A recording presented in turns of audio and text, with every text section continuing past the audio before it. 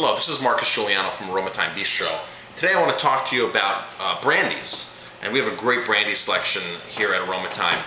Now, Cognac and Armagnac are indeed brandies, and basically a brandy is a distilled spirit made from Ungui Blanc grapes that typically from France, but it can be made all over the world. So it's not, if it's not made in the region of Cognac or the region of Armagnac, outside of those regions they have to by law call it brandy. But all Cognacs and all Armagnacs are brandy, just to break that down. Here's a couple of my favorite. Now at Aroma we don't typically have the big brands like Hennessy or Courvoisier or Remy Martin. We steer away from those. And we have a few neat ones. Here's one of my favorite non-Cognac and Armagnacs. This is Germain Robin. This is from California, north of San Francisco. It's actually north of Napa. And they've been making stuff for, I think, 20, 30 years, Germain Robin. Some awesome, awesome brandies here. Really a talented distiller. This is their Shareholders Reserve. Phenomenal stuff. They have a VS, they have a VSOP, they have an XO, they have some single barrel stuff too that they make out of Bonnier grapes, and I believe Pinot Noir grapes. So Shareholders, Germain Robin for American brandy or outside of Cognac. This stuff is awesome, awesome, awesome. This is it. Now, when you talk about Cognac and Armagnac, Cognac has like 5 million cases imported every year. Armagnac barely has 150,000 cases. So Armagnac's a much smaller, more hands-on, more family-owned place or region. Cognac is really the big explosive place where all the big brands are and the mass distribution is, which is, you know, the mass distribution is really what we try to stay away from. That's where the Remy and the Hennessy and that kind of stuff comes in. Now, we have just as many Armagnacs here in Aroma as, actually we have more Armagnacs than we have Cognacs. Because even though the fact of the ratio is 5 million cases of Cognac come in to the US versus 150,000 cases of Armagnac, we do have some great Armagnacs here. Clay's Dukes is an Armagnac that's very, very popular.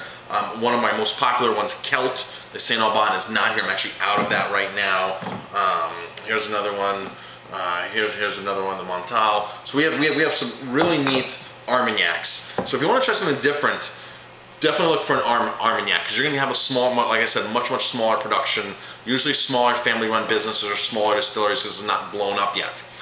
But on the Cognac side, here's the part that I'm so excited about. I'm totally sold on this particular Cognac. And this Cognac is Kelt.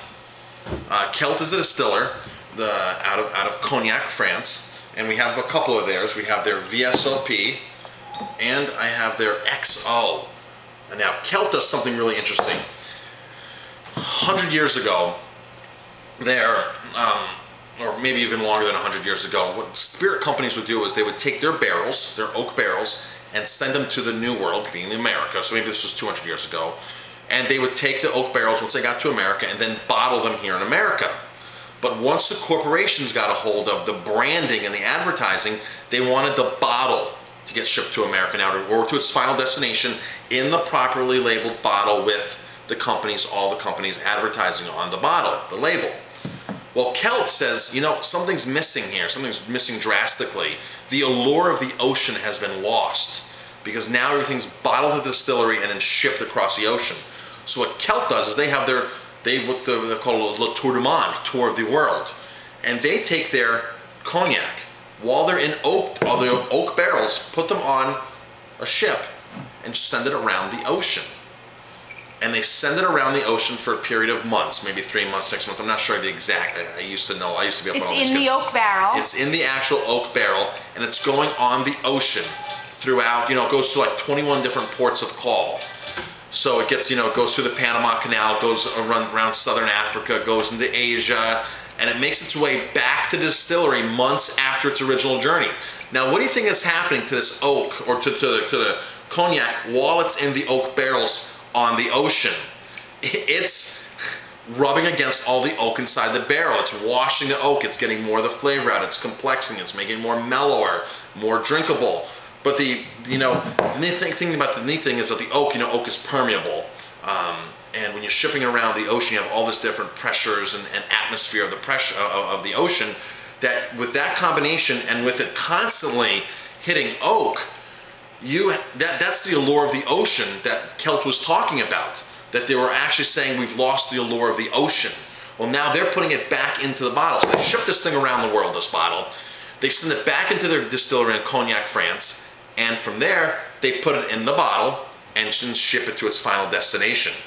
So they're actually reversing what has been done, you know, in the bottling and shipping industry in spirits. And this has been a wonderful advancement in spirits. And when you think about it, it's not really an advancement. It's how it used to be done. You know, I always like to say, people, you know, what's the most advanced answering machine you can have nowadays? The most advanced answering machine is actually picking up the phone and saying hello with a real person.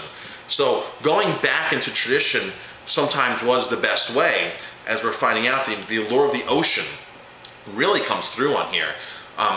We used to have Hennessy, we used to have Remy, we used to have the big brands. We even had Cavassier for a little while. This would outsell the other ones by at least 20 to 1, hands down. If you'd come to the restaurant and we had a chance to tell you the story at the table, I told you about it, you were totally hooked on Kelt. There was never another cognac for you. So this was the interesting part. So after about 4 or 5 years of stocking the other brands, I decided just to get rid of them all for good, not even look back.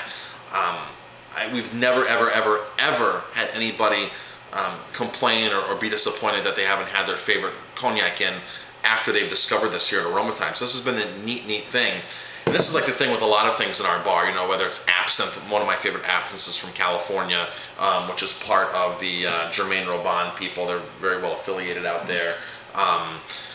So one of the really good things about our bars, you know, we have like the allure of the ocean is in here. Our bar is like this whole allure of like small independent producers that are handpicked from around the country, the United States, and from around the world for things that just stand out and do things like this, that have a story. We have Italy's oldest producer of anisette here. You know, we have the Sambuca that the Italians drink, not the Sambuca that's packaged in New Jersey that's shipped over, you know, that the Italians don't even know about. So throughout the whole bar, we handpick a bunch of different things. So today I just want to talk about cognac or brandies in general, because you know, a lot of people love brandy. They love to sip on it after dinner and a nice snifter and relax. So this is just a quick brandy education. So remember, again, all cognacs and armagnacs are brandies. If they're produced outside those two regions, by law they have to be called brandy. If they're in those two regions, then they are called thus Armagnac and cognac. So stop by Aroma Time Bistro, get on our website, aromatimebistro.com, take a look at our spirit list, come into the bar.